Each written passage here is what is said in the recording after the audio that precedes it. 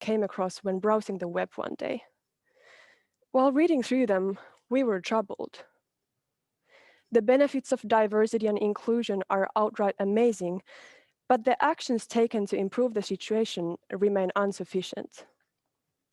We knew we wanted to do something about this thing, and that's how this event was originally founded. The purpose of tonight is to foster an open discussion on gender-related issues, biases, and solutions.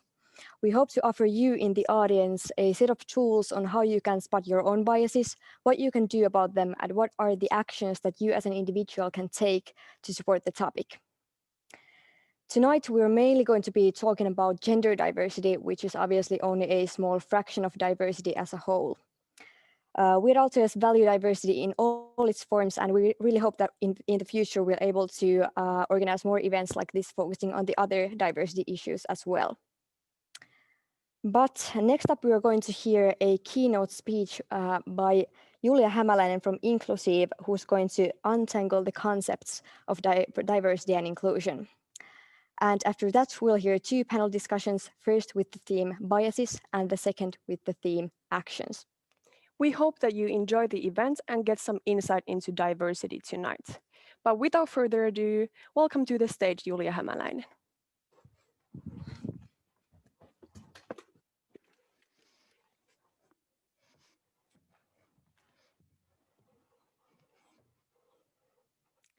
Welcome also on my behalf. Very excited to be here today to talk about diversity and inclusion. My name is Julia, and I'm the COO of Inclusive. Inclusive is a community with a mission to advance diversity and inclusion in working life. What we do is that in our community, we organize different kind of events, we do different kind of projects and campaigns, anything that links to support the mission of making working life more diverse and inclusive. But let's get started. What do we mean when we talk about diversity and inclusion? Starting from diversity, it simply means differences of who we are and where we come from. It can consist of demographic factors, experiential factors, or cognitive factors. These can, for example, mean that different genders, different age, sexual orientation, nationalities, ethnicities, all sorts of factors, or what is our education or background. And when talking about diversity, it's also very important to understand intersectionality. With intersectionality, we mean that a person and person's identity can belong into several different groups. This means that when we consider just a tech industry, being a woman can already be a minority. And what if we also have then different factors, such as the person being a woman is also belonging to an ethnic minority, and, for example, her sexual orientation is also belonging to a minority. All these together affect on what is our position and how that affects also in the organizations. Then, when talking about inclusion, inclusion is something that refers to fostering openness, psychological safety, and sense of belonging. And inclusive culture is something that every single person is treated fairly, respectfully, and they have equal access to opportunities, and they can fully contribute, for example, to the organization and to the success of the organization. When we discuss inclusion, simply said, it means a sense of belonging. When we also compare inclusion with integration, there's a big difference, as with integration, there can be people inside of a group, but in reality, they are just a separate group inside of this larger entity. But with inclusion, it means that every single individual can feel a sense of belonging and as they are. This is also a good reminder that inclusion is a subjective experience of every single individual. It means that also none organization can say that we truly are inclusive. It really affects on how every individual in that organization feels. This is a quote that you might have heard before. It's a classic one from Werner Myers, who is an inclusion strategist at Netflix. I think it's a brilliant one to highlight the difference also between diversity and inclusion. When diversity is seen as being invited to the party, then inclusion, on the other hand, is being asked to dance. And what is also important to remember is that diversity doesn't stick without inclusion. So no matter how much effort organizations are also putting on hiring diversity, if there's no inclusion and inclusive culture, that diversity will walk away. And when we talk about D&I, it's also important to understand why is the topic so relevant? Why does it matter? Very simply said, diversity and inclusion builds better organizations. There's a tons of research to prove this claim that shows that organizations can be much more innovative, better in problem solving, better in decision making, and all in different ways also making financially better results. That same goes also with inclusive cultures. They also have a direct impact on how organizations are performing. Based on this Deloitte study, there's such high numbers as that organization with an inclusive culture can be 6 times more likely to be innovative and agile, and such a high number as 8 times more likely to also achieve better business outcomes. When also talking that there's a lot of benefits of D&I, but there's also a lot of risks that organizations are facing if they're not taking D&I in account. First of all, D&I will affect on what kind of products, what kind of services, and what kind of technologies are we building and for whom. It might affect that without diversity, we're designing, for example, products that are leaving out complete groups of people. Here I took an example of Google, where they have built an AI that was found out that it actually is labeling every Black people as gorillas.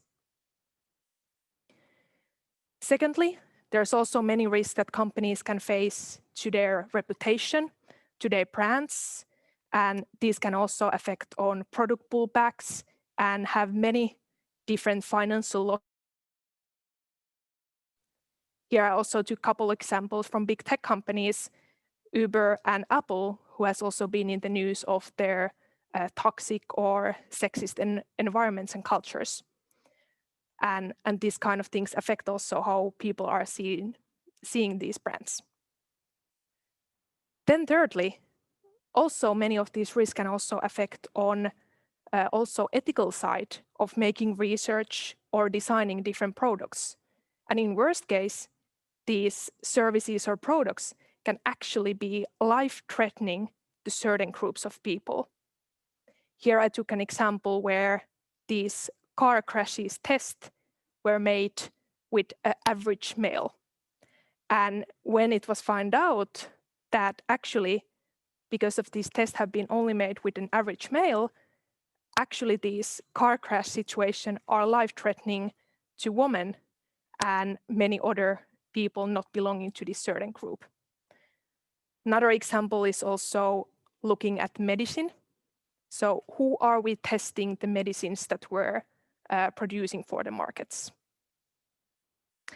And All in all, as well, it so when we're not taking DI into account, it affects on our limitations to grow and scale companies as well.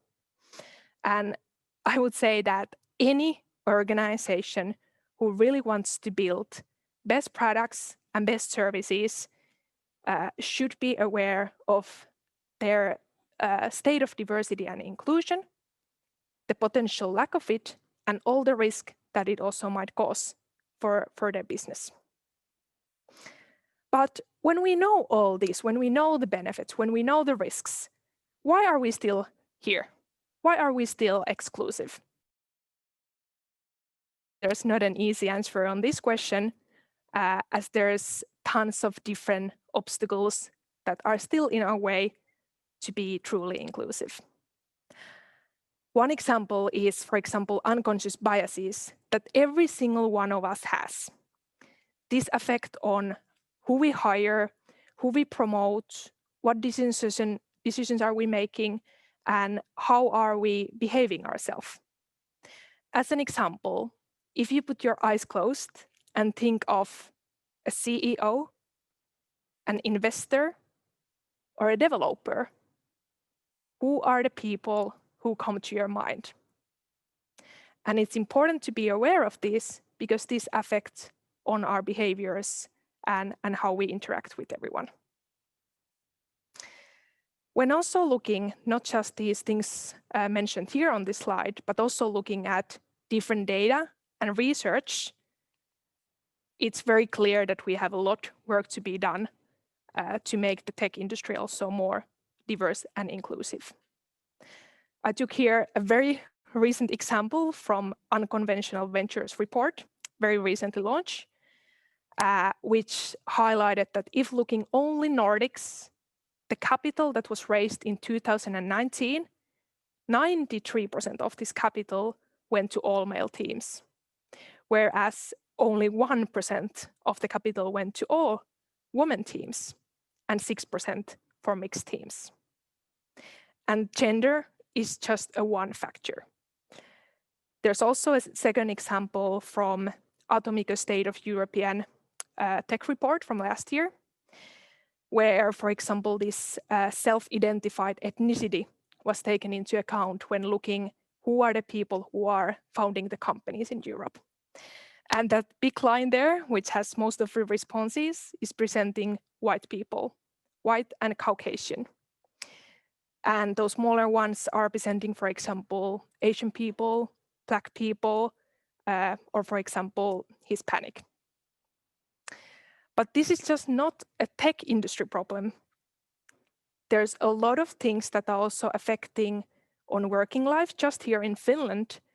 And one example is that based on this study, Finland is also among the most racist countries in the whole European Union. There's also other kind of researches, for example, to say that Finland is also among the most gender segregated countries in the whole Europe, which means that we still have jobs that are either for women or for men. And this also have a direct effect of also salaries and what people are earning as well. And when thinking what these results, what these researches are also showing us, there's a lot of concrete things that these are affecting. One very interesting study made in Sweden was comparing that how male and female entrepreneurs are described by venture capitalists. And when looking only this gender factor here, where, for example, male are seen as young and promising, then on the other hand, women are described as young and inexperienced. Another example is when male are described as aggressive, but a really good entrepreneurs. The women are described as enthusiastic, but weak. And what all these results do is that 50% of women who work in tech industry leave the industry before the age of 35. And when looking the reasons for this, one very big major reasons is of non-inclusive work culture. So what can we do? What can every individual or what can organizations do to make things better? First of all, it's important to understand that inclusion is not just a state of mind, something that you just support. It really requires actions from both individuals and from organizations. And this includes that organizations need to take this into account in every function that they're working. It's not just the role of the specific team, function, or one person who would be responsible of the whole organization on D&I topics, but it's something that both internally and externally should be considered of, for example, on our leadership practices, on how we're designing the products and services, how are we recruiting people, or how we are designing our marketing and communications. And to share you some ideas where to get started, I concluded you a list of 8 steps. First one being, everyone can start a conversation and raise awareness on these topics. Secondly, everyone in the organizations can review their diversity metrics. And this does not only mean that you're looking, for example, a gender in the whole company level, but really looking at who are the people leading this organization, who are the people working in our product development, who are the people serving our customers. Third, measuring inclusion. As I mentioned before, inclusion is the subjective experience of every individual. And none of the organization can say that they are truly inclusive, or at least if they do so, I would also challenge to see that what is the data on the background and are they really measuring that? Fourth point is different trainings. So when raising awareness on these topics and the importance of them, you can organize or participate on trainings such as unconscious biases or just learning more on the different aspects of diversity and inclusion. Fifth, pay attention to your brand. So what are the visuals and images that you're using? What is the communication and different language that you're using? 6th point, review your practices and processes. How is your organization working? Who are the ones that get responsibility? Who are the ones that get promoted? What are the practices of hiring people?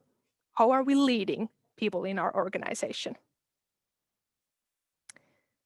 7, building diversity and inclusion strategy and action plan. This helps to first of all find a focus and make this work to be a strategic one. But it also supports to have the needed resources of advancing these topics and putting also some timelines for them. And 8, don't forget to advance inclusion. If you don't focus on building inclusive culture, the diversity in your organization will walk away. And I wanted lastly to end this presentation with one of my favorite quotes from Brené Brown, which was from Nordic Business Forum from last fall. I will read this one aloud. If you cannot talk about gender, ethnicity, or other aspects of diversity and inclusion, you cannot lead in 5 years. If you are not having difficult conversations about hard topics that make you uncomfortable, that is exactly the definition of privilege. That was all from me. Thank you that I was able to be here today to speak for you. And if you want to find out more about Inclusive and what we do, you can follow us on social media, and you can find also more information on our website. I hope you enjoyed. Thank you.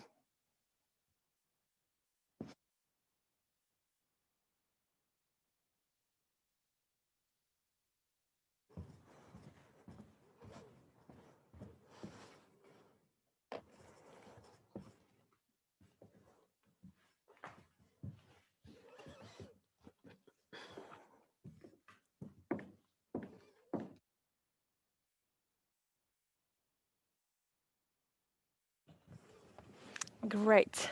No. Is my mic Started still well. on? That was my phone, sorry. Okay. Thank you, Julia, so much for that good speech. Now that we all know the definitions of diversity and inclusion, we can move on to the first panel discussion, which is on the theme biases. In this panel, we're going to talk about what biases are, how you can spot them, and what one should do about them. Some of the questions we're going to ask are formed based on the questions that you attendees sent us beforehand. And then if we have time after going through these questions, we will also pick some questions from the Zoom as well. So if you have any questions in mind, you can put them in the Q&A box in Zoom. But let's start off with each one of you panelists giving a short introduction about yourselves. Nassim, if you could start. Yes, thank you. Well, I'm the ex-Chief Inclusion Officer at Slush in 2018. Then I am also a inclusion specialist and a board member of Inclusive. And currently I also work as an executive producer at Zoan. That's about me. Cool, thanks. Well, Nassim and I go back because I've been working at Slush for a while as well.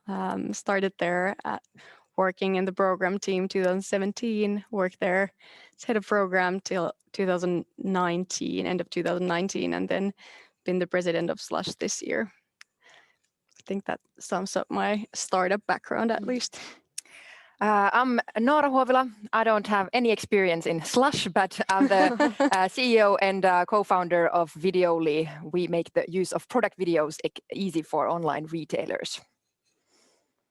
Good, thank you. And I'm Pauliina Martikainen, Investment Director at Maki VC. And Maki VC is an early-stage VC firm investing in deep tech and brand-driven companies, primarily in the Nordics, although we have a global mandate. So that's briefly me and Maki. Thank you. It's great having you all here. Thanks. Then let's continue to the first question. Very basic. So do you yourself have any gender-related biases? Let's start off again with you, Nassim. Okay, well, first I want to say that as being a man, I can't fully know all the experiences that women are encountering in their lives, but I can try to understand as much as possible. But yes, of course, we all do have biases, and that's the good news. And also the bad news is that we all do have biases. We have probably internalized during our lives all like different types of biases, gender-related biases, as for example, maybe we tend to see women as more empathic, and maybe men are seen so that they do not show their emotions as much as women. But these are like the things that we have internalized, and yeah, we need to work hard on dismantling different types of unconscious biases.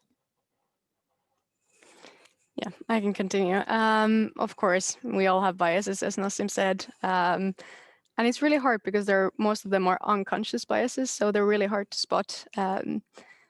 I have been trying to work with gender biases, especially a lot at Slush, but I do recognize with myself other biases easier. But on the matter of gender biases and this discussion, I think it's great that Aaltoes is organizing this.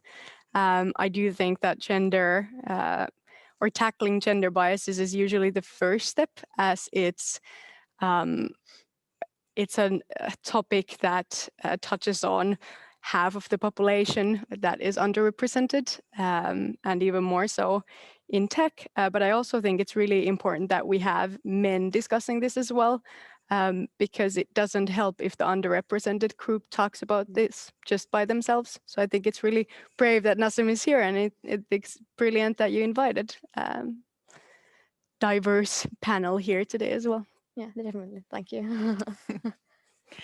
Yeah, so I can kind of like agree with the two earlier ones that of course I have biases as well. And it was interesting actually, because after I graduated, we started this Aalto Women in Business kind of network to really kind of make it to kind of make all the kind of excursions that we were having, like to include more the female perspective in all of them. And we were kind of like maybe fighting against a bit like, why is all the leadership like always all male, and why do they only hire people like themselves? And we cannot really relate to the experience, like to the example that they are showing. And yeah, then I jumped to this entrepreneurial journey, and it was maybe 3 years along the company, and I realized that all of our team was like women exactly like myself. So women in kind of like maybe highly educated women from the Nordic countries in a way, maybe. And but I have to say today we just actually looked at the diversity numbers, and now we're 50-50 kind of women and men. But I think it's very, as you guys said, I think it's very human to have these biases, because basically when whatever we're doing, whether we're kind of investing or hiring people to build our teams, it's that we want to avoid risk. And it's very natural that you're kind of like inclining towards something that feels familiar. And I think that is very human. And I think especially the thing about making the unconscious conscious is something that we should be focusing on. And I'm trying to work on myself as well.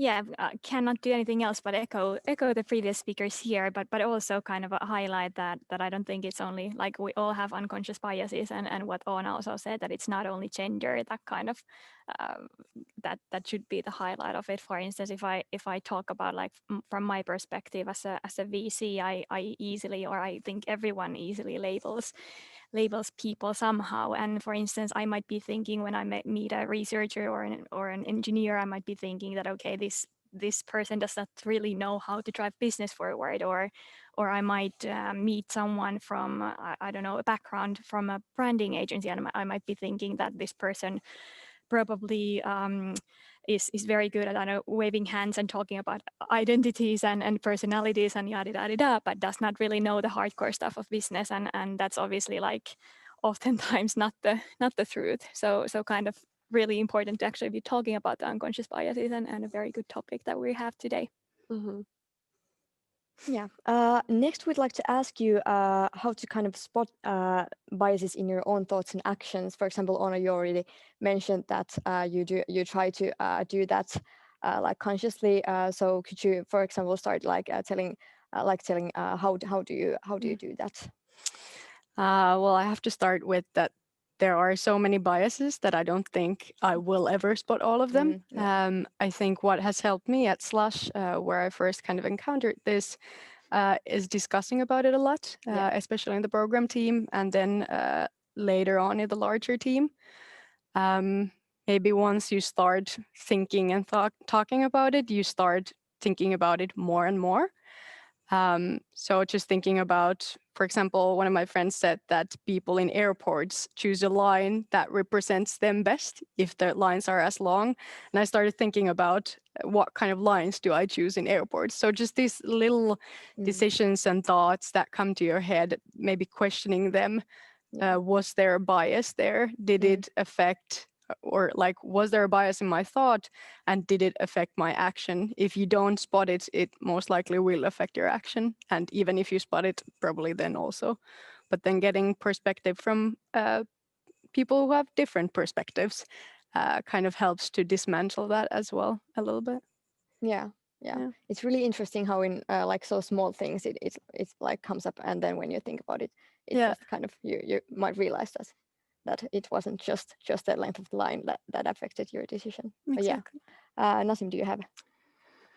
Yes, well, echoing a bit what Oona said, but also like usually like what in my case I've seen that I just have to go very uncomfortable with myself as well, and be honest that hey, here I had like the unconscious biases were affecting on my decision, and then I have to reflect on it and try to dismantle those that I wouldn't step in the same traps, but sometimes you need to kind of like step in the unconscious bias traps in order to learn. But one thing also which we can do is that we try to understand more different type of unconscious biases and biases, whether they are related to racism or sexism or ableism, phobia, stereotypes. Yeah. Like grow the amount of understanding towards these topics. Yeah. Pauliina, do you want to go next? Sure. Very good points from the previous speakers. I think one of the best things that I've done, and actually our team did that last fall, we actually partnered with Inclusive and challenged all the European VC firms to undergo this unconscious bias training. And our team did that as well as part of the process. And I think it was really eye-opening, and actually we like in practice noticed that every one of us had some sort of biases, and some of them are actually like really stupid in some like some ways, as in like for instance we were asked as part of one practice to picture this Hungarian sporty person, and for some reason every one of us was thinking of this like older man who maybe like a shot putter or something like this, like a muscular man, and obviously it could have been easily been like a very toned young woman, but that was just how our brain functions somehow. So that was definitely like an eye-opener, and also gave us tools as a team to actually kind of have common tools and common language also around this topic. And afterwards it's obviously only one step in the kind of on the journey of understanding your own biases, but it's been kind of easy afterwards also as part of our like investment decisions or any discussions that we have with the team to actually like point out also others kind of biases when we see that they might be approaching some topic from a biased point of view. It's kind of easy when we've all been through that kind of a rehearsal together. It's easy to also talk about those things. So definitely, I think one of the most valuable things that you can do to yourself is kind of be aware of yourself, but also have people around you who actually are aware of the topic, so they can also coach you further.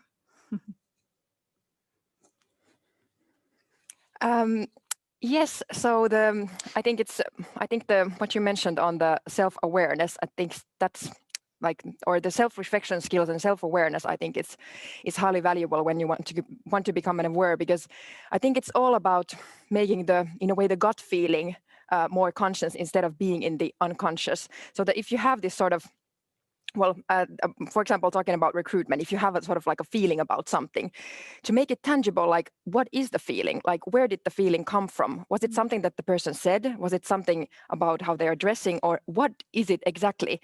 And to kind of, the more aware you are with yourself, then you can kind of like sort of investigate and dig in, like this was the thing. And then you can look at the thing like, okay, it was the way the person dressed. Like, I don't think that person is credible because of the habitus that they had. And then you can think, okay, does it actually matter? And you can make a kind of like a conscious decision. And then you can be like, okay, actually, maybe that doesn't matter at this point. And so yeah, self-reflection and self-awareness, I think, is important. Really great points. Next up, I had planned to ask, how should you act when you find biases in yourself? Nora, you already kind of shared about that, and Pauliina as well. But does any one of you have a personal story on some bias that you noticed in your own thinking, and then you decided to swift that into the right direction? Would you, Nassim, have anything on that? Yes, actually, I have one that came to my mind. Was that I think it was a month ago, I was asked to be a judge in one competition where they came up with ideas of something, and then I remember the situation where me and the other judges were giving points or saying out loud the points that we were giving to these teams. And then I remember some judge saying her points, and then I was looking at my points and I was like, this doesn't match.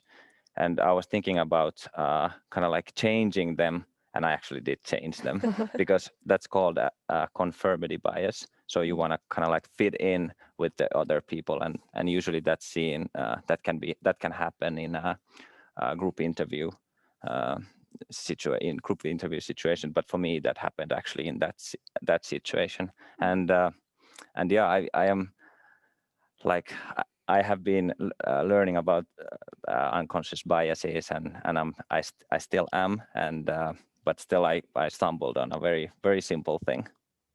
So that happens to everyone. Had you what kind of points, like how different were your points? Like had you They didn't notice different things or Yeah, like I remember like when I was looking at my points, and then I was thinking like, maybe she was right and I wasn't right, but because there was time in between those situations, so I kind of forgot also why I gave the points. So then I just wanted to feel more fit in. So that's why I remember that situation very well, because I was like right away after it happened and I realized what happened there. I was like, oh. That's really interesting. I mean, Anna, you were. Yeah, just maybe kind of feeling the same with recruiting, and a little bit of a Nasse's point as well. At Slush, it's a couple years back, but one of my friends and colleagues was really excited after recruitment. He said that he recruited a team member who studied the same as he has and who has the same hobbies as he has, and he's brilliant. And we thought, what a great addition to the team. You just copied yourself. And I think at least at Slush, so in an organizational level, we've kind of grown a little or learned something from that. So nowadays we use usually these kind of scorecards, and we ask another person to come to the interview because they have different biases than you, because that might then balance something out as well. And you, after interview, you kind of give scores based on the qualifications needed on that job.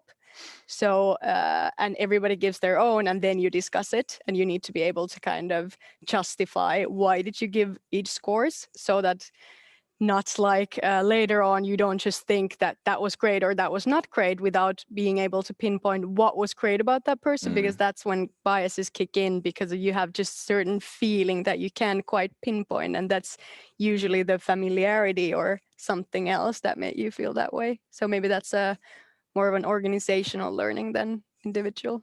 Right, very good. Paulina, do you have any stories to tell? Stories to tell. Plenty. Which should I choose? Maybe kind of coming from a different perspective, but I would love to see more of, like, because there are like probably situations where you notice, like, before you kind of hurt someone's feelings, you probably can already then kind of spot some of the biases, but then there are obviously those situations where you actually screw up, and the other person is not feeling included.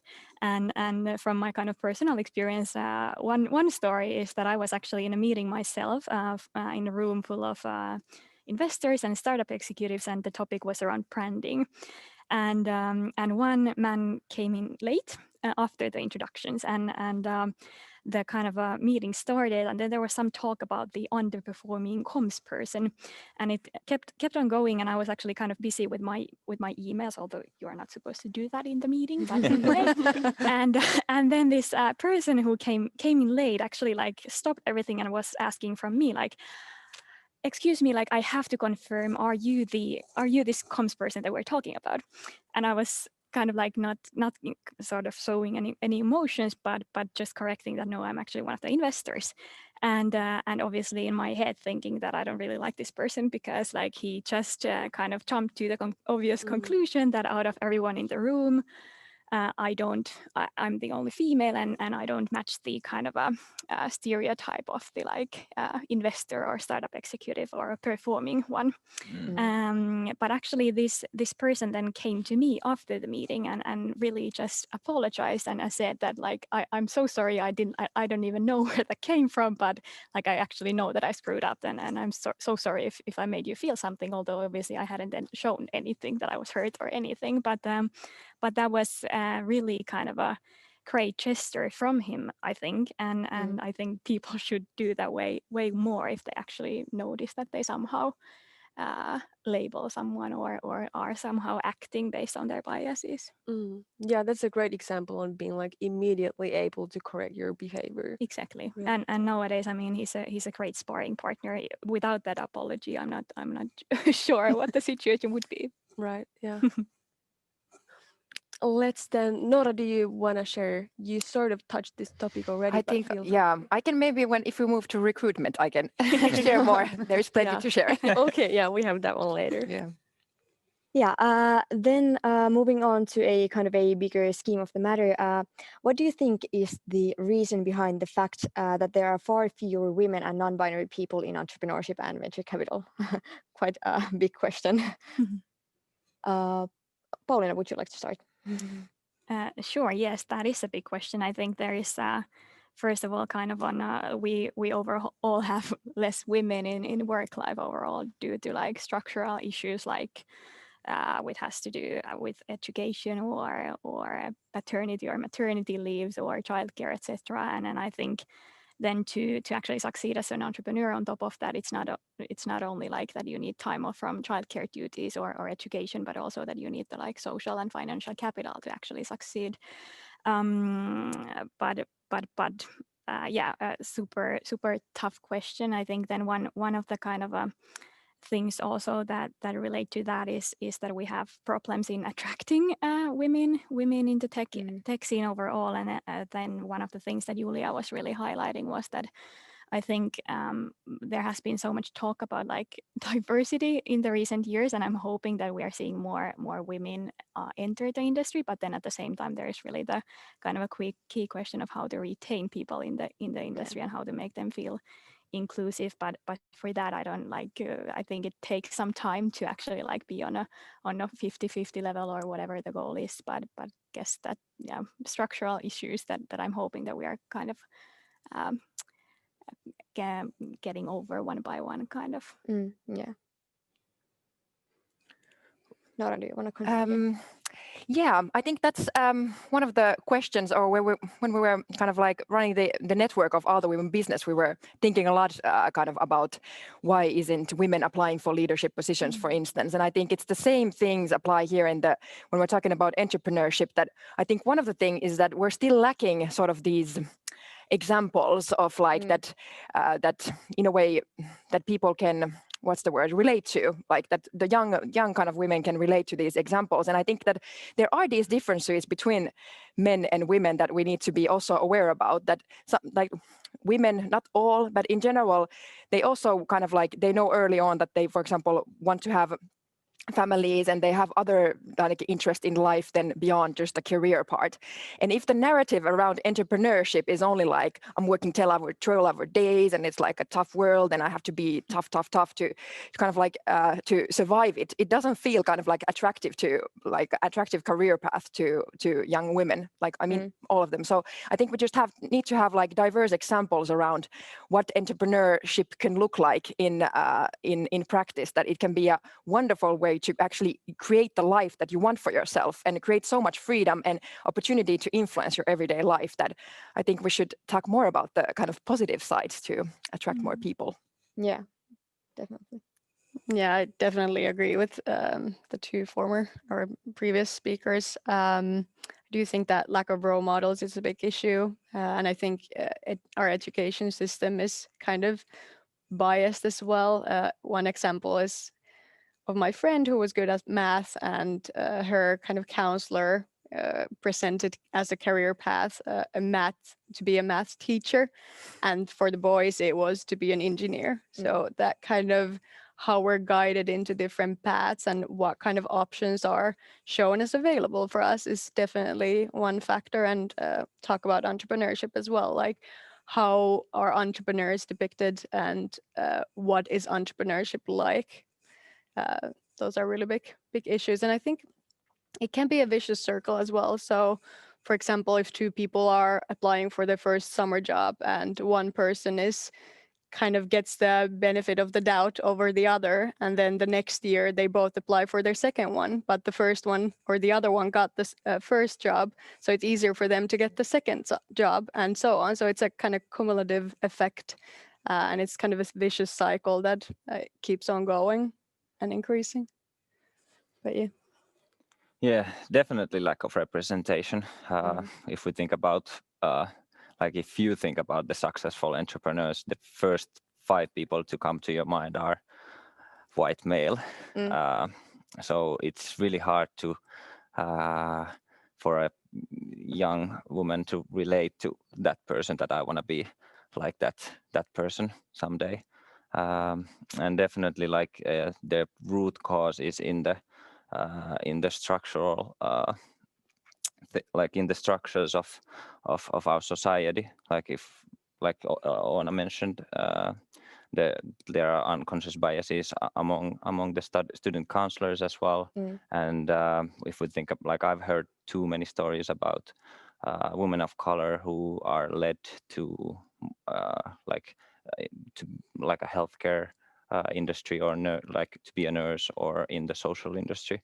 So like they are not encouraged as much as, for example, men to be an engineer. So that is definitely one of the big problems we have in our society.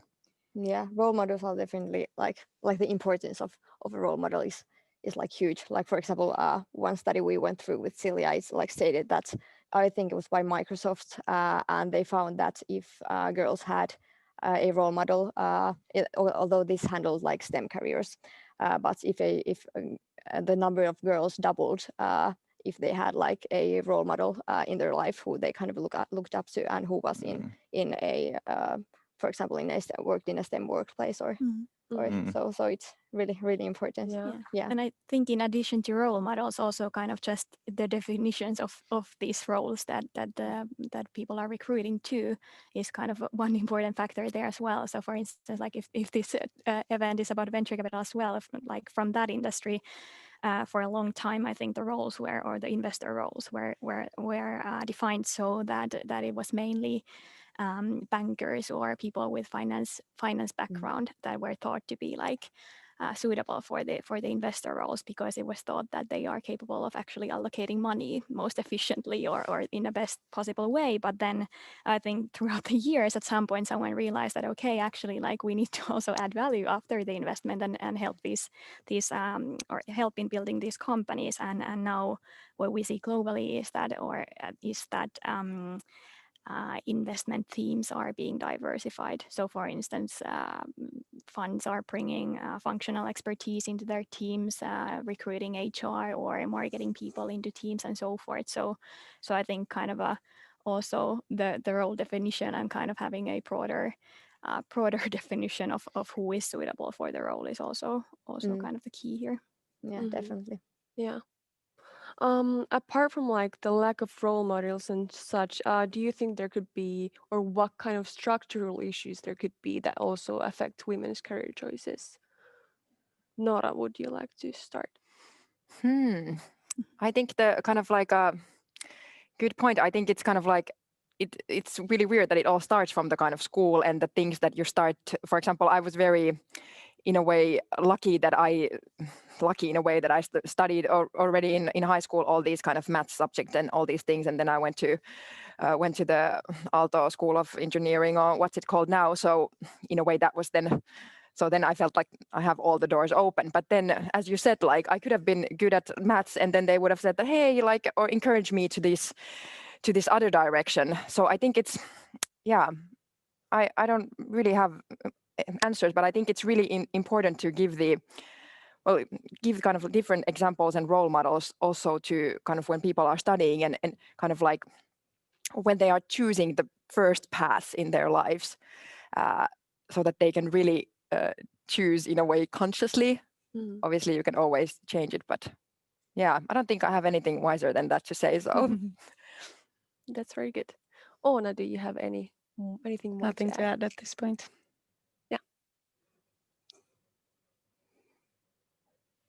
Okay, well, then as a kind of a follow-up from that last question, how do you think, or do you think biases affect recruitment and selection? Nassim, would you like to start? Well, I have started so many times, so if somebody else wants to start, but I can start. Go ahead. Okay, well, yes, there are several biases that can affect in a recruitment situations, and there's an organization called Shine, if I remember correctly. They have stated 7 different biases. One was actually the conformity bias that I was explaining about, but then there's also affinity bias, that we tend to hire people that we assimilate with.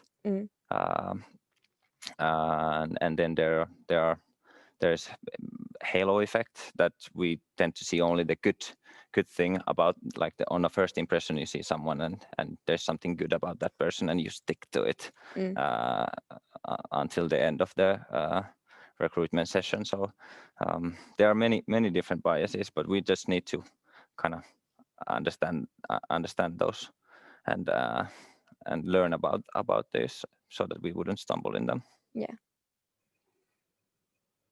Yeah, like I already shared, there are a lot of, and like Nessa said as well, there are a lot of biases that are crucial at, like especially in recruitment, because you're choosing a person and it's so much easier to go with somebody who feels comfortable, who feels familiar, who feels like you, which is actually the problem, because then we don't add to the team, we just make more of the same.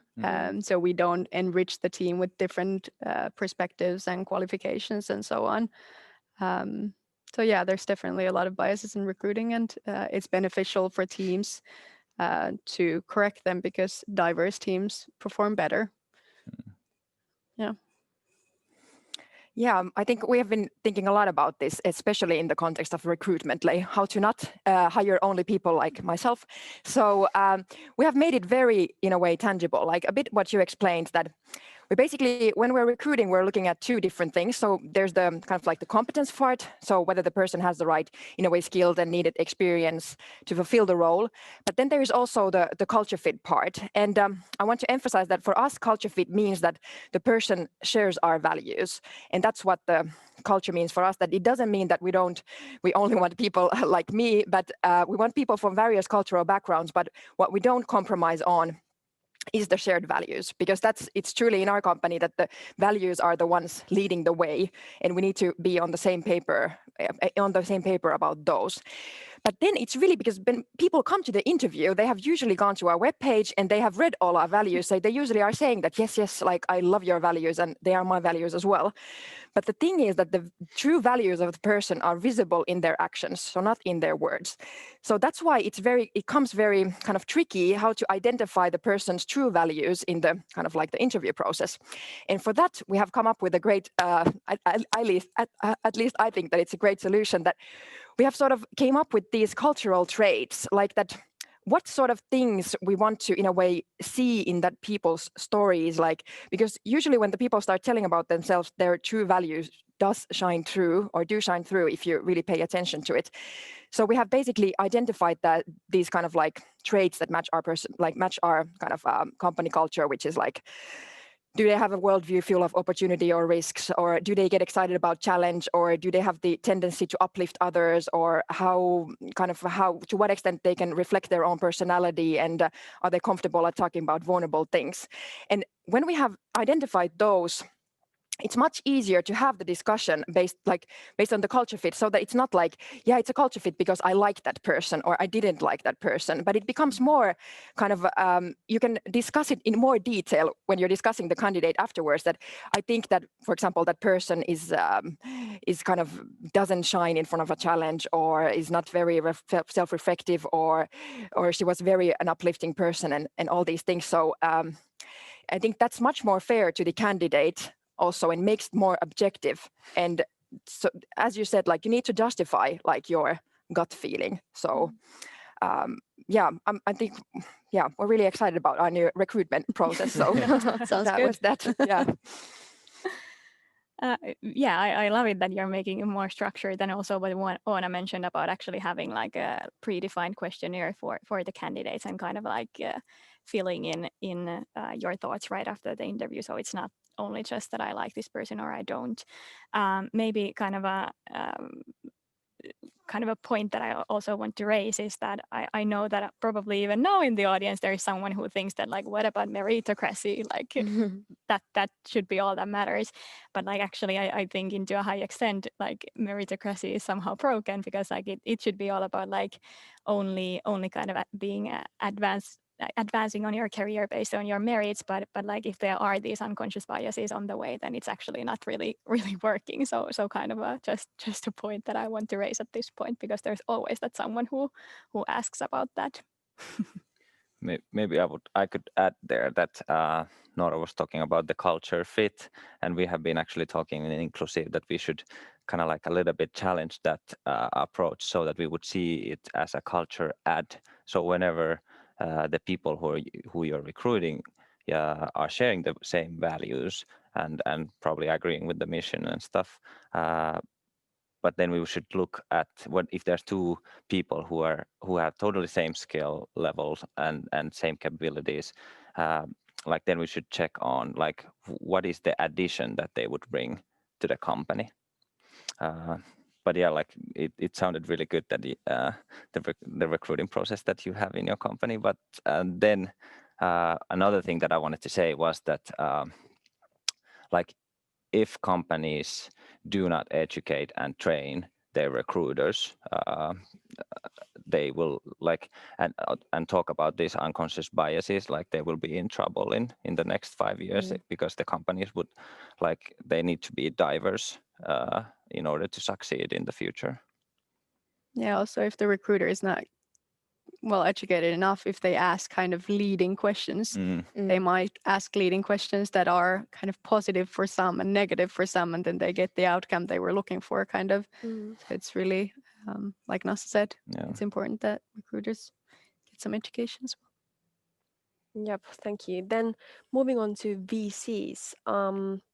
How do biases affect investment decisions in venture capital? Paulina, would you like to start? Well, they do, I guess. But maybe kind of to bring additional layers to the question is that, like, how like VC firms work is that it's not only the investment decisions, but kind of the overall way how you operate. And for instance, at Maki, so first thing that I guess affects like who gets funded is who your investors are. So kind of the diversity of your own investment team. And for instance, in our case, we've tried to have people with different backgrounds, with different educations, with different, like, from different genders and so forth. But obviously, I mean, even us have still a way to go on that part. Then after the team, I guess, comes the actual like decisions, and I think there, obviously, like we see tons of cases, and we have to be in many of those cases we have to be able to act very fast and kind of make that initial kind of yes or no decision very fast. And oftentimes it's somehow like you have to develop as an investor this sort of a pattern recognition into an extent, but then at the same time obviously you don't want that to be too somehow the guiding light in your work, because you might in some form that's also a bias that you're building. So actually in investment decisions as well, I think it's crucial to have kind of these question batteries that are at least into an extent that you would repeat the same questions for each company and so forth, so that you somehow like debias your own processes. And then at the same time, in our case, for instance, we, as said, we did the unconscious bias training. So I think that's also been helpful as like or kind of a tool for our investment processes. But then also after that, it's not only that where the kind of investor's responsibility go to. So even after the investments, we actually have a responsibility in terms of how the portfolio companies build their teams, for instance. And I think it's really like as an investor, you have kind of both the power to decide who gets funded, and also kind of the responsibility there. And especially when it comes to then building these companies further, I think not every team is like like Nora's, who've actually like thought about the processes from early on. Like there are plenty of examples from the kind of a very other end of the spectrum. So there also the investors play a crucial role. Right. Nora, would you like to add Yeah. that?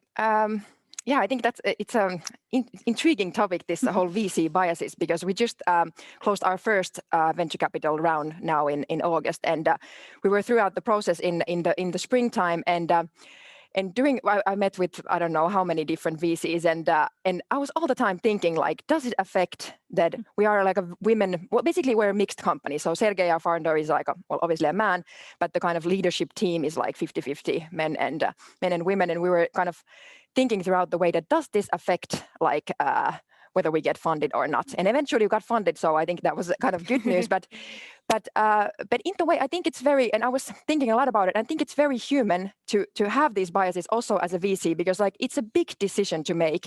Like I understand that the VCs, they are responsible for their investors, and kind of like, and you really want to make a good decision. And there, I think even with all these kind of the kind of questionnaires and kind of like to have a different process that the VCs follow, that I think there is still the gut feeling plays at least some part, and it's easy to invest in people who maybe, because like many of the VC people, they are like former entrepreneurs, so they kind of know like these are the qualities in me that made me a good entrepreneur, so they are looking the same qualities in all the others. And also I think that the kind of like the pattern that they are looking for when they are assessing these companies, I don't know if the pattern is the right word, but the thing that they are looking for, I think it's more designed for kind of men-led companies. Because I think I remember when I was kind of presenting, or we were building our financial models, and then one of our advisors like was saying that, hey, Nora, you have to kind of like be a little bit more aggressive with the growth thing, because like the VCs, they usually just drop 1-0 from or drop line, because like they are used to seeing like men delivering their pitches, which tend to be maybe more aggressive than the women's pitches. Because I think that, at least this is just my perspective, but that the women are maybe a bit more realistic, or a bit more like kind of not like Cautious? bit more, yeah, cautious, that's the word, yeah, than men. And then if the VCs have the glasses on, that they're looking at the kind of like, okay, it needs to be aggressive from the early on, because we know that won't happen 100%, so we need to cut down something early on. And then when you show a realistic plan, it's not enough. And then I think that's very interesting, because then when hearing about the data early on, that then it's eventually like women-led companies are performing much better. So I don't know, but yeah, I have no answers, but this was my thoughts on it. Very good. I think really good points. I think there's so much to go on with this. I think especially in early stage investments, there's less performance data or data. So a lot of it comes to kind of intuition, or thinking about the founders. And I guess it's similar to recruitment, like, and what you said, pattern recognition and your previous models of success, and can you recognize yourself in that person, or certain kind of personality attributes, for example.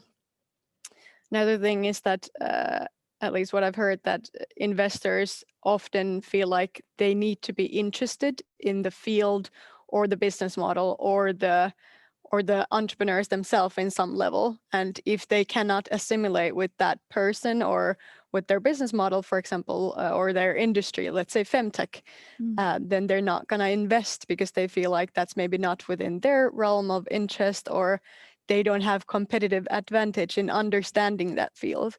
So I think there's a lot of things that play into it, on who gets invested in and what is the end result on that.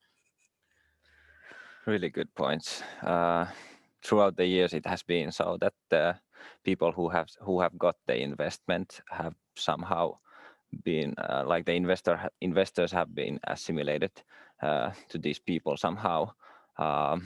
So definitely there needs to be diversity in the VC scene, so that like the problems that the entrepreneurs are solving would not be like from a too narrow perspective. I remember one Shark Tank episode where there was an African American man pitching an Afrocom for the investors, and I remember there was only one African American in the investor in there, and he was the only one who understood how big of a problem it was for Black people to kind of like to comb their hair with, and he was the one that also got Mark Cuban to invest in that person. But if that person wasn't there, I don't know if he would have got the investment. So there definitely needs to be diversity also there. Yeah, and sorry. Go. and we need to also like it's good to train about unconscious biases and these stuff, but we also need to have like the diverse people there. Otherwise it's not gonna like work as good as it could. Yeah, another similar example is there was a speaker at Slush who was in femtech and pitching to an investor, a male investor. She heard a comment that, yeah, seems great, but I don't really invest in niche. And it was about periods. So it's not really a niche market when 50% of the population is going through this issue. So, or not issue, but health condition, I guess. Yeah. I actually Googled that femtech was coined only in 2016. Yeah. So it's not like a long time ago that there was femtech. I don't know if the items or the products were before that only designed for men and both women and men. I'm not sure, but that was just something that I don't know why I brought it up, but Paulina but has still. great material on this on both podcasts and otherwise. Yes, but Okay, I maybe actually I wanted to ask from Nora, like, just curious myself. Did you, when you started fundraising, did you actually like, how did you choose the investors that you were approaching? Like, did diversity, for instance, like matter to you? Because for instance, in our case, we've kind of like tried to pay attention to like our brand and communications and how we can be easy to approach and use, I don't know, not the darkest colors and have like pictures of diverse entrepreneurs. Yeah, I think I think we didn't like think of it that way, that we approached basically everyone. But how we in a way chose the investor, I think it was very important that we felt we are aligned on the values, and also because as I mentioned, our values are a big thing for us. So we really wanted the investor also to understand that this is not something we're kind of compromising on, and we believe that due to these values, this will make our business very successful.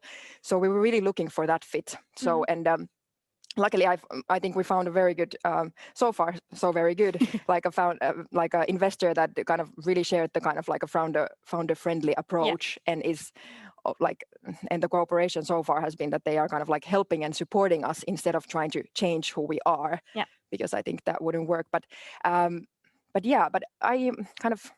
Yeah, but actually I did approach one VC that I thought that, oh, this is super exciting. It was like I think it was Norwegian based, and they were like only women there. I think they were like maybe investing in only in like women-led founders or something. I think that's one thing I kind of like remember, but otherwise I think we didn't pay that much attention to it. But at least, but I'm sure you will positively stand out if you have like brighter colors or a bit more lively, a bit more human friendly than these typical like banker. And I hope that the tables turn even more at some point, so that you or the entrepreneurs actually kind of are even more picky when it comes to their investors. Yeah. Sorry to cut you off, but it was a really good discussion. Unfortunately, we're running out of time, so we have to finish it up here. But thank you for all the panelists. It was great to hear your views and experiences on this matter. Thank you. Thank Thank you. you so much. Thank you. And next up in the program, we're going to have a 5-minute break. And after that, we will move on to the next panel, which is on the theme actions. So see you in 5 minutes. Thanks.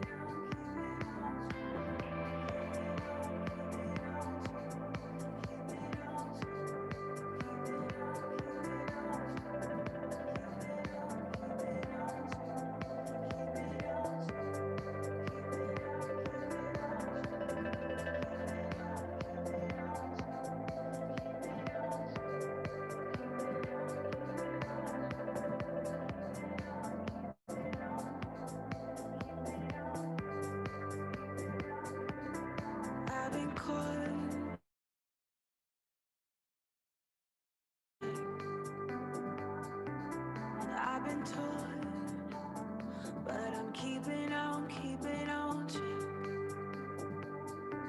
And I've been broken, but I'm keeping on track. Safe in the eyes of the morning.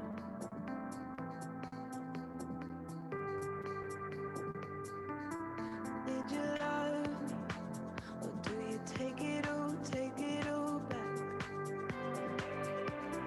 Did you need me, or do you take it all back? If you can't love me, then I take it all back. Safe in the eyes of the morning. Safe in the eyes of the morning. Safe in the eyes of the morning.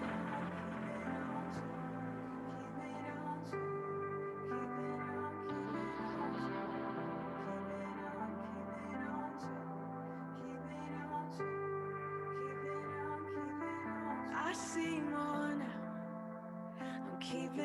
keeping on track. And I feel more now. I'm keeping on track. And all my time now, I take it all back. Safe in the eyes of the morning. Safe in the eyes of the morning. Safe in the eyes of the morning. Safe in the eyes of the morning. Safe in the eyes of the morning. Safe in the eyes of the morning. Take it all back.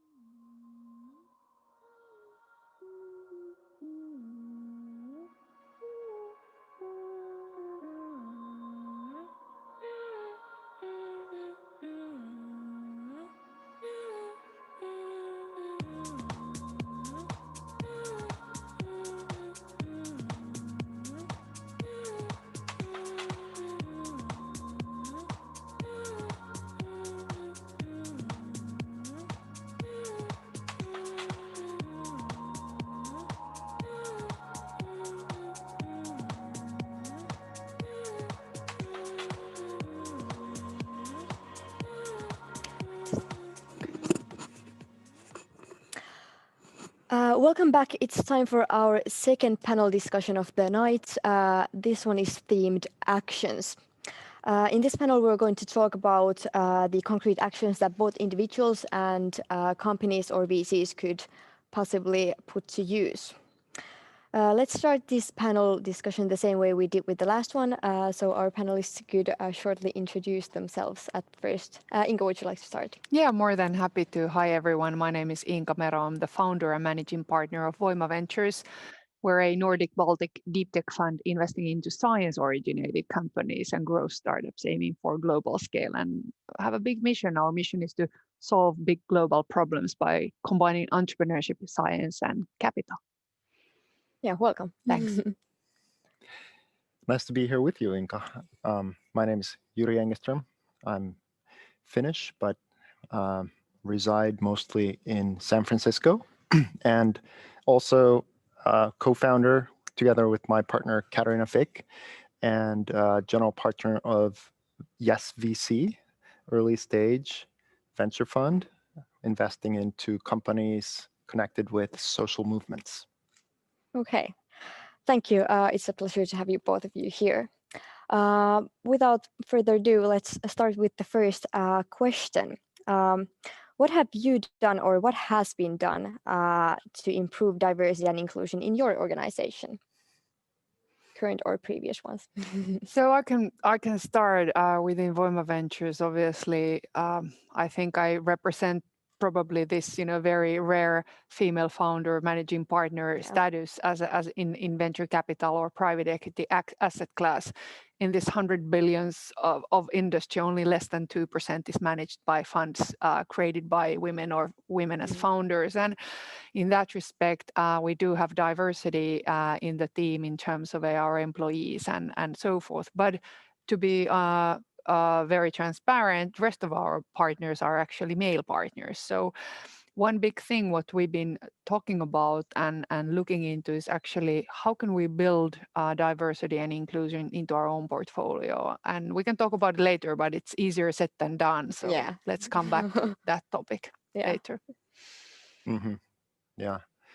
Well, I think on our account, probably the major contribution to diversity and inclusion was what we didn't do, which was at the time, I was earlier working at a different fund, True Ventures, and considering, oh, maybe I should do VC as a career. I wasn't originally planning on it. I thought I would just do a little bit of a stint in VC and then go back to being a company founder. And I had to make a decision about how to be a VC, whether to join an existing firm, essentially, or start something on my own. And I think in my case, obviously, well, we decided to start a new fund together with Katarina, who's also my life partner. So it's basically a family-run business. And for me, the question was, well, do I want to join a firm that as the fourth male GP, or in the other case, I think as whatever, team member number 7 on the investing team of an all male investing team. And so it didn't feel that represented the future anymore. And if you are a venture firm, you obviously want to align with where the puck's going rather than where it is right now, to misquote Wayne Gretzky. So I would count that as probably the most significant career decision, and also obviously like it's path dependent. So everything we do now is sort of, as for you, the fact that, okay, you've got male partners, as I'm obviously a male partner at a venture firm, but founding female general partner and key person, or as I think still in that, at least the European docs, key man on a fund. Key man. I'm a key man in our fund. Right. So it's a thoroughly rotten business that is unbelievably, prejudiced and aggressively, inwards looking and misogynistic. And so it's a tough business already, but being a woman in VC is 100 times tougher. So respect to Inka for doing what, blazing a trail. And now we're going to see more female GPs like Katarina and Inka. And hopefully they will soon be the majority. Right. Then kind of on the same topic, have you heard of any other organizations, like any success stories over there, how they have improved their gender diversity and inclusion? Yeah, I have plenty of stories. I think one great example is actually Unilever. I have a privilege to work in Fiskars board with Rita Sotama, who is the general counsel and board, let's say, leadership team member in Unilever. And the kind of how you really move the needle in big scale is that you actually start to put certain diversity inclusion metrics into the kind of a balanced scorecards and targets of the leaders. And to be honest, you can start, obviously talking about the topic and measuring about the topic and all of this. But once you actually start to have pressure from the shareholders, that your public company shareholders or financial institutions are looking for diversity and inclusion, but also including this into kind of a day-to-day way to manage and measure how well the teams are performing, then the kind of a difference starts to happen. And it all starts from really, actually publishing the topics. And Unilever actually has done a great job in it.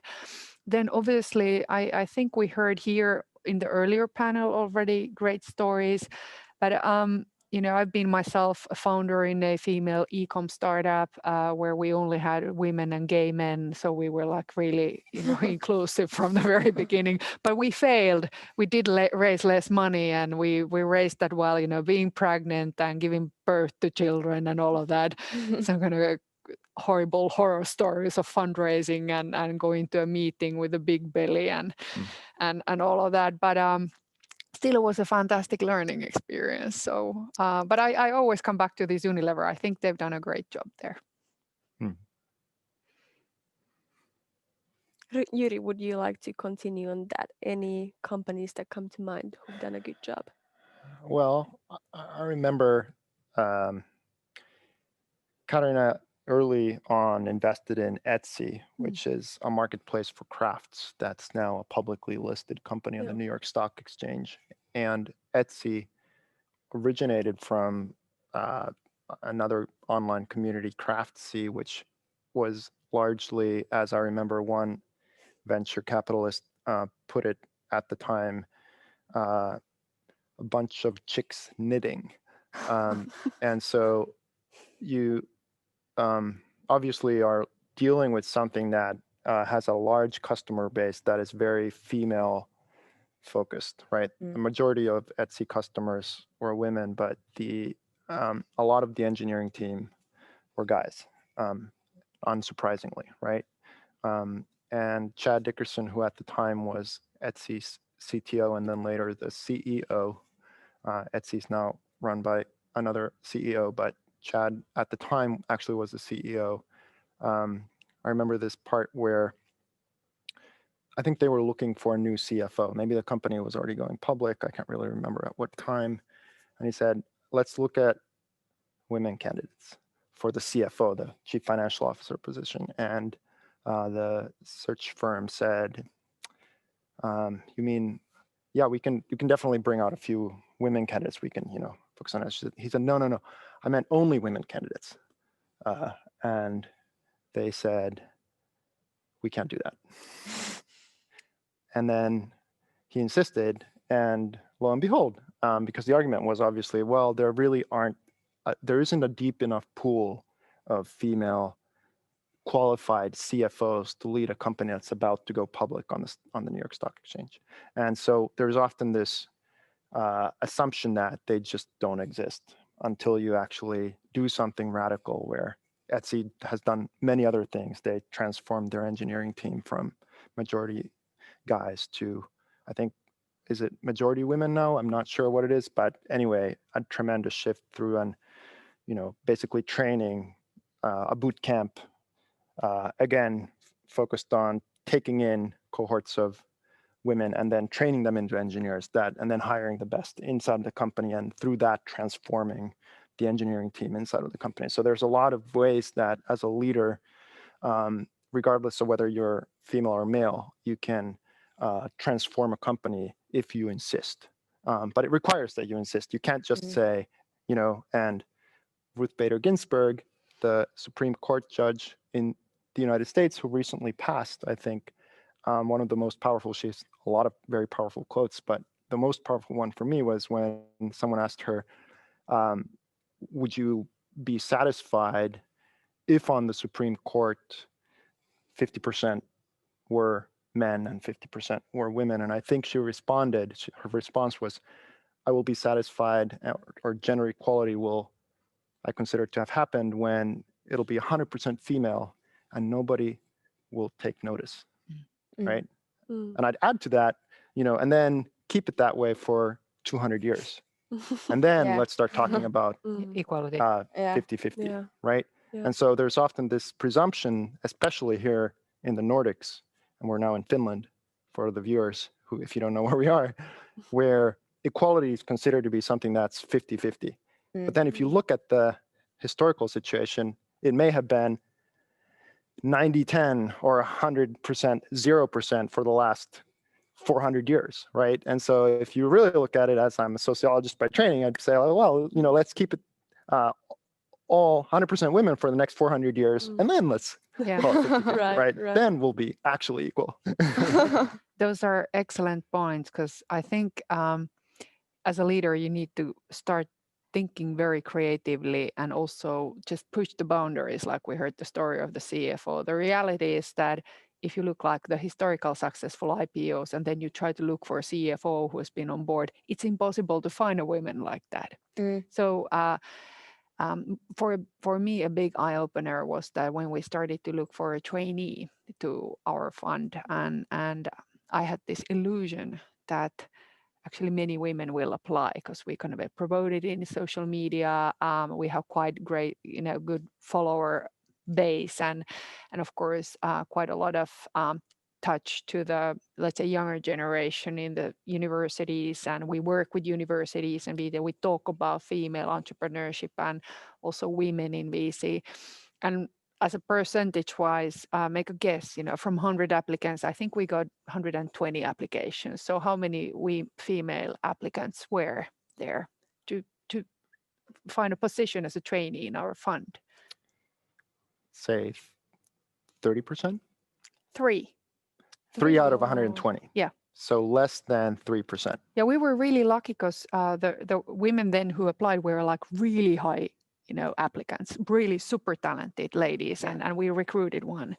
But this is like that was a big eye opener for me, that okay, there's something too male in me, or there's something non-inclusive in our brand, or way it might seem too tough or something very difficult to approach, and this is something that has been, let's say, keeping me somehow up at night, that how could we make this more accessible, because I've never felt this to be a tough I've felt this to be a really tough job to be, and I failed a couple of times before when I've been trying to raise a fund, but those been great learning exercises and all of that. This is a very male-dominated country club and everything like that, but the work as such is fantastic, and it's super interesting, and you can learn so much from working in venture capital, even in a junior position, and maybe jump to entrepreneurship after that, and then come back, for example, what I did, and much more than in corporate finance or like in these, big consultancy businesses and so forth. And so we just started to do systematically. I started to, let's say, first I recruited one female trainee, and then I called my sister's daughter who's studying in Aalto, like, you gotta come. And then we started to kind of rotate this. And the thing is really that I think it can be a great eye opener for anyone, regardless of gender or background, to work in very different, let's say, positions in the tech and startup community, whether investor or as an entrepreneur. But in that respect, I think it's really great that we have something like inclusive, talking about these different aspects, that what do you need to take into account. And we've then I started to look into our website, and I thought that okay, we look like it's really nature and Viking or Kalevala kind of a brand, and that's just something that speaks to me. I've been kind of creating that's my bias. So kind of we need to it's really difficult to find that angle that which would speak to bigger audience. Yeah, For sure. definitely. Actually, this was supposed to be a audience question that we picked up from the sign-up form, but I because it fits the moment, I think I could ask it now.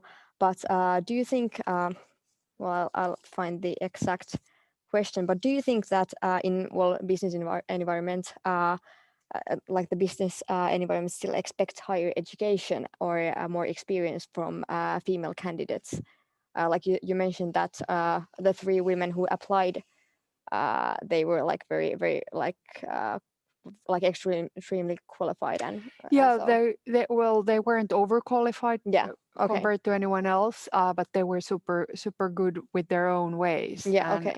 and I don't think over education is necessarily expected, but of course, let's say one thing which typically is missing from female CV, if I very openly talk about this, is that if I look for a team member in a startup, or we think about adding a co-founder or something, we try to do this with our science teams, is that particularly in commercial roles, people kind of are looking for to join on board. Very rarely younger women have leadership or, let's say, ownership role in product, sales, or P&L. Yeah. And this is what I always try to do, is like, regardless what you do, try to get that experience, because that gives you some tangible, concrete numbers on your performance. Yeah.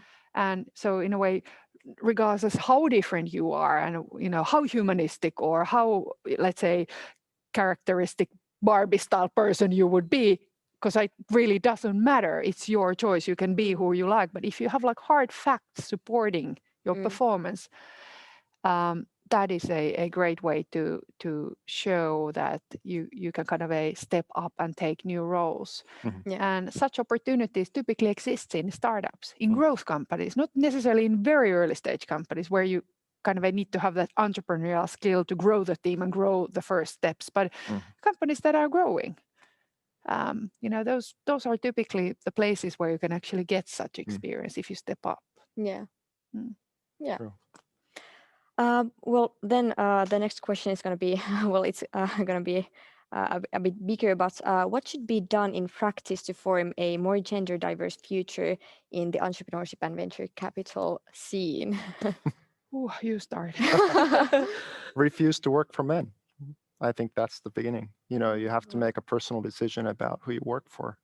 And even if you are leading a company, you probably bring on investors and, other stakeholders. And so that's an easy one. Work for a woman.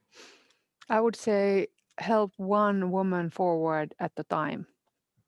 Like give opportunities for women, connect women entrepreneur with someone who can help her, give a chance to women, or let's say let people all together give more chances. What I often say is that the opportunities that were given to me, I of course had to grab it and say that I'm going to do this. They were given by men. They were never given by women.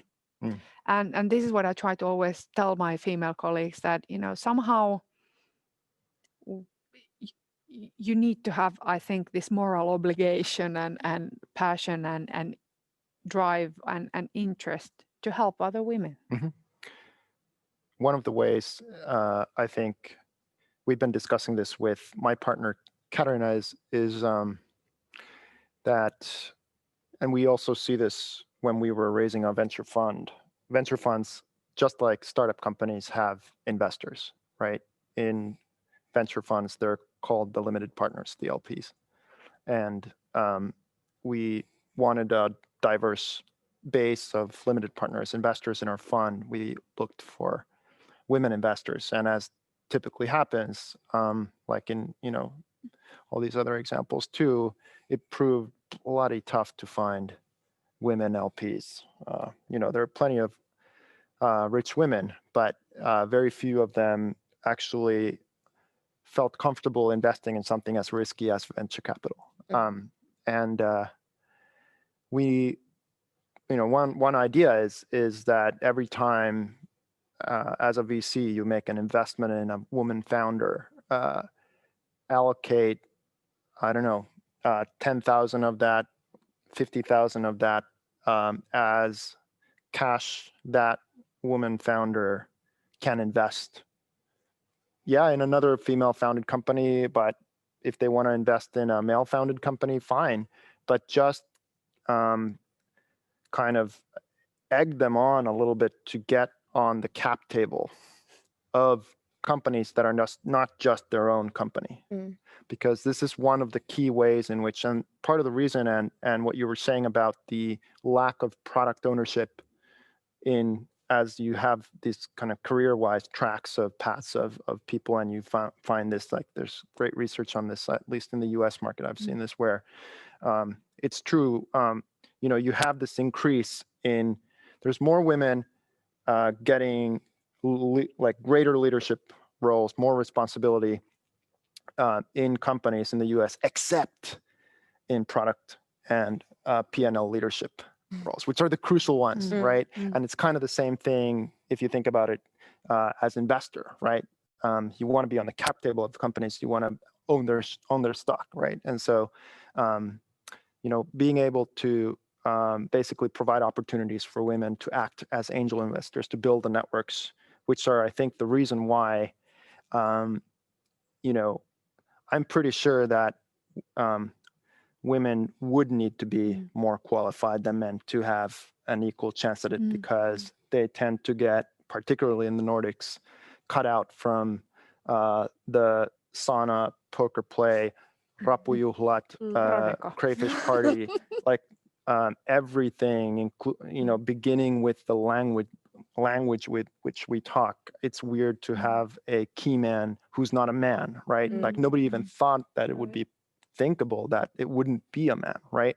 Yeah. And so all of this results in this situation we have, right? And so to begin to chip at it, I think you have to start kind of like a zipper tactic from the LPs to the GPs to the founders to the employees, like at each level at the same time. And we've done progress on some levels, but right now it's still looking pretty bad, especially up at the very top, where the kind of, if you look at the root of where all the money's coming from into the startup ecosystem. Yeah, and I don't know if there exists the kind of that micro level data, like on the overall startup base and the roles where women are in the Nordics. We have more information on female founders and female CEOs, but I'm a big believer that once you either lead the sales, the revenue, or you lead the product, you actually start gaining certain kind of experience. I think those are typically the places in business where you have to make a lot of decisions. And then you learn to make decisions, and sometimes you make good or bad decisions. It doesn't really matter, but I think those are the best places to show then afterwards. Like then looking 25 years back, then you kind of think like, okay, I was so lucky that I ended up into certain startup where I actually started to lead the sales, and then I led the sales for 5 years, and that was a really good success. But that has really kind of paved my way in many respects. Right. Thank you. Then these days, these topics like diversity and inclusion are spoken about a lot more than before, at least. But there might be some people who are genuinely trying to do a good job to improve on these matters, but might be actually making the situation even worse, or at least not really bettering. So what would you say would be the usual pitfalls to avoid while taking actions regarding these things, and how can you avoid making those mistakes? Great question.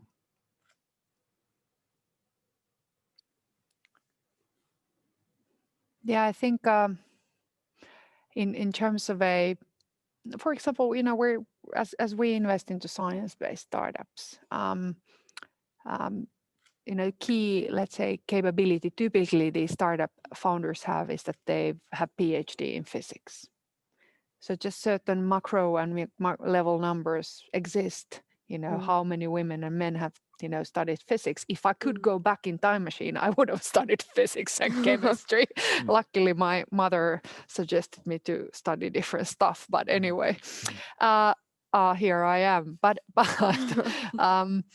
the thing in a way is that there are certain realities you can't just change. And if you would we would, for example, march in and say that you guys are going to have to do 50-50 on this, people might find it offending because they kind of know the realities in their field of specialty.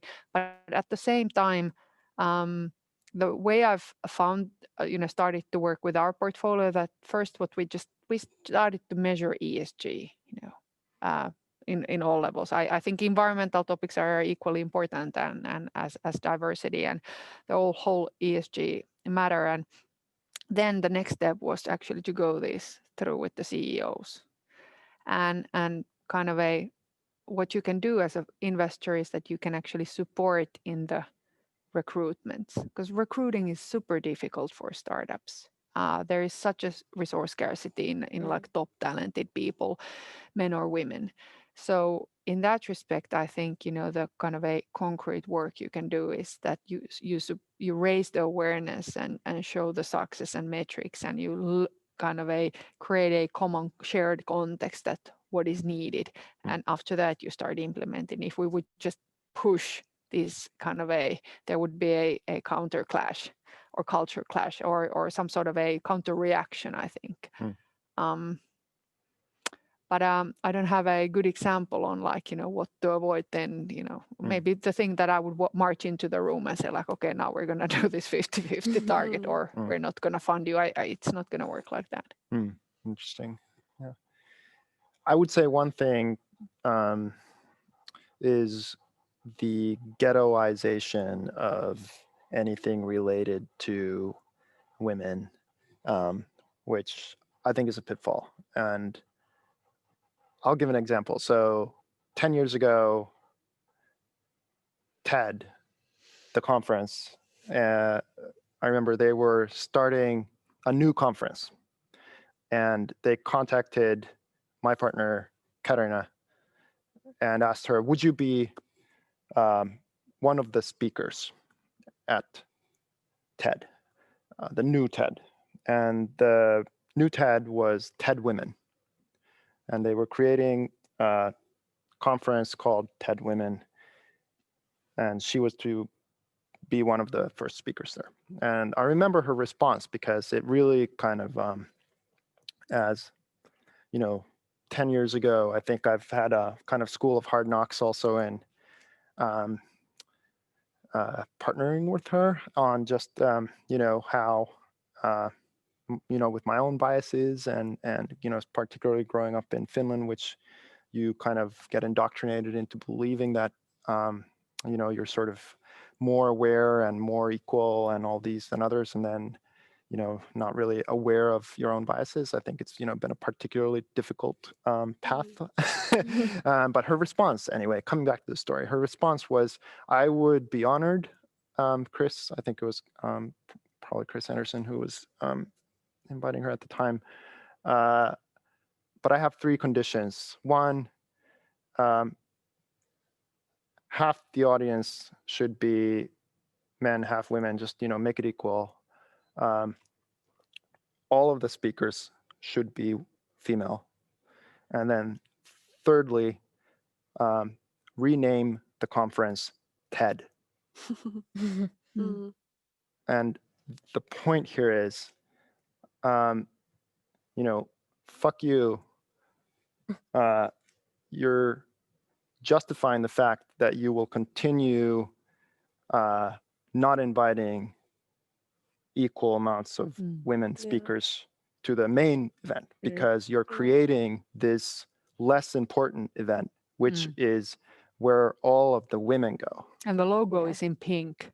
So, and this Classic. you can see happening over and over again. It is one of the main ways in which institutions, organizations legitimize their continuing basically misogynistic way of treating women by creating something that is a token that X women, whatever it is, the slush women or the whatever women, right? And then turning that into the little ghetto where all the women can go while we continue with the real business over here. And you can see this in venture too. People often ask us, are we an impact fund? And, because we, tend to invest in companies that have some kind of a social mission. And, it's another ghetto, right? It's like, oh, you get to play in this little impact thing over here. So you're not actually generating the kinds of returns that real venture is creating because, you invest in these companies that have some kind of idea that they're actually going to improve the world, right? And I think it's important to recognize that and challenge that because obviously the data tends to speak, as we all know, the opposite, where in fact, when you do invest in diverse teams, you let women take ownership of products, companies, and venture funds, they actually tend to outperform the guys. Thank you. Great examples. Yeah. You both, you both are quite experienced and have quite a careers behind you and have paid attention to these problems for a while now. But if you were to give a single piece of advice to an entrepreneur or a VC who is just starting to emphasize improving gender equality, what would that advice be?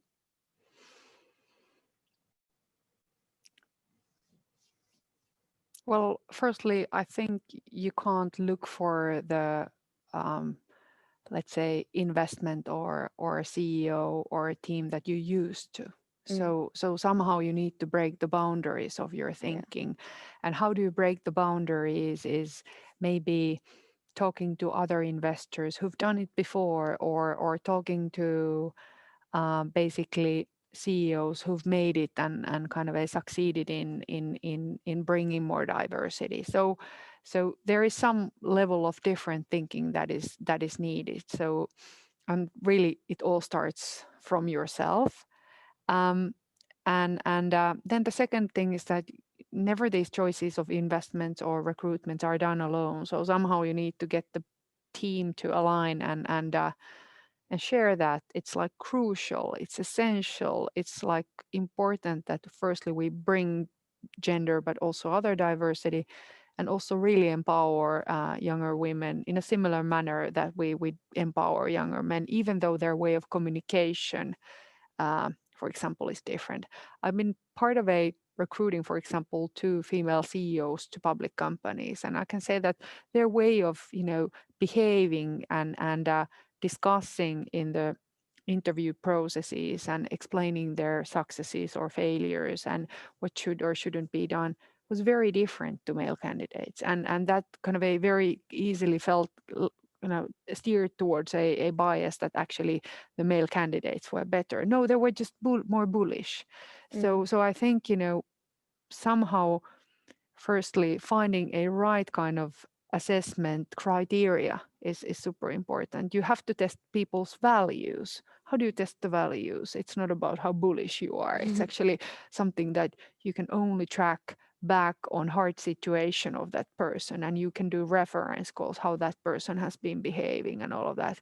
And same applies to basically this historical background. I've banged my head so many times in situations where people have said that, well, your profile is great, but it's so different to your male peers. So this is so risky. They feel so it's not necessarily a risk. It's an opportunity. Yeah. And then when you're working on the investment and so forth, I think it's okay again, like to challenge always the teams on their growth ambition and numbers and coach them on that one. And I think that's one area where women really need to improve. Talk numbers. And I pay special attention when I talk to my investors that I always talk about. I talk about values and our mission and everything, but I do talk about numbers and I talk about the business and what should be done concretely. And that's one area that somehow I think with particularly women-led startups, they're great pitchers and storytellers, but the numbers are often missing. And I think this is one area of just also to look into kind of that typically the numbers are there. So that might be something for investors to consider. Those probably, let's say, would be anyway, just maybe scattered thoughts, and be systematic about it. Have a checkpoint. Have we considered, diversity? Do we have enough variety of candidates? This is an all-male team. What are we going to do about it? We're going to have to do something about it. What are we going to do about it? So, and typically, of course, when you're writing the check, that's the place when the teams tend to listen. So that's the place to influence. And in that respect, I think it's really good that you discuss that we have these diversity targets. And would you feel comfortable, or are you committed to this? And what do you think about it? So also test the teams who actually come to you and search for funding. Yeah, that was a great answer. Yeah, maybe just picking up on this point, I think it's perfectly normal to, if you are, I don't know, taking a job at a venture firm, does the VC issue a diversity rider with their term sheet? Most VCs don't, but it's perfectly normal to do that. Increasingly Valley VCs certainly are doing it. I haven't seen a single Nordic VC do that. Why not? You have to be unreasonable. Many people think those sort of insisting on things is unreasonable and difficult. And it might get you fired. And regardless of whether your gender, if you're male, female, or would rather not say, then you can, I think, and perhaps you should, especially if you're creating a career for yourself right now, take those points as something that is part of your career, right? Maybe you're the person who introduces that into your venture firm, even if you're the youngest, most junior person there, and you make a few investments, including a diversity rider in the term sheet, and see what happens. At worst, you might, end up, finding a job somewhere else, but that could happen regardless of that, right? At least, so taking these kinds of risks is really what it's about, because you're going to have to bang your head against the wall a lot. I don't know. I was just looking at our portfolio, and 2 of our top performing firms or investments, the startups, are run by women. And I was thinking, well, how do we, like, I hadn't really even thought of that actually until, it was just sort of there always. And that seems normal, but, should that become more of a story? Like, should there be more, I think, it's oftentimes that you sort of need to remind these women to kind of bang their drum a little bit, whereas the guys are very quick at, beating their own chests. And maybe we should help them with that. So celebrating the successes also really important.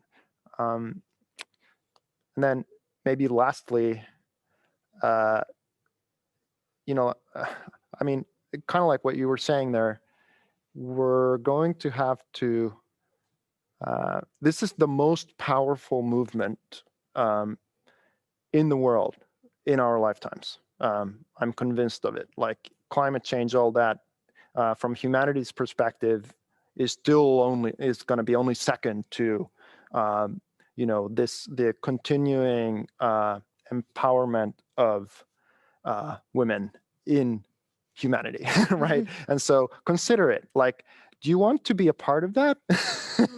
And as an investor or, founder, the growing economic power, the growing political power. Look at who's running the country here.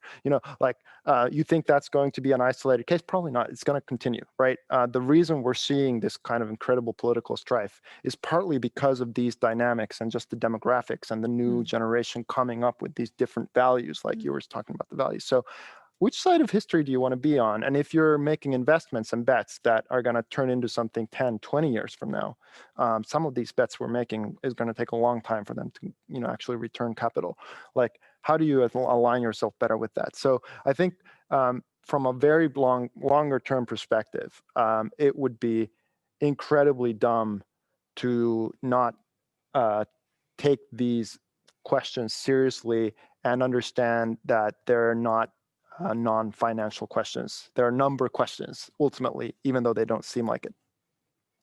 Yeah, I think that's a very good note to end with. Like, which side of history do you want to be on, and the viewers as well. So very good points. Thank you.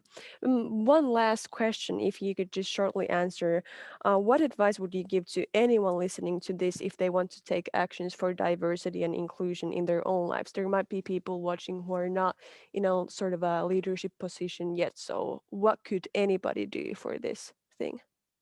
Pay attention to that. I'm sure that everyone encounters daily or weekly situations where unconscious bias is happening. Talk about it. Say that now something happened. Let's try to change this. Help women. Make diversity a hard topic.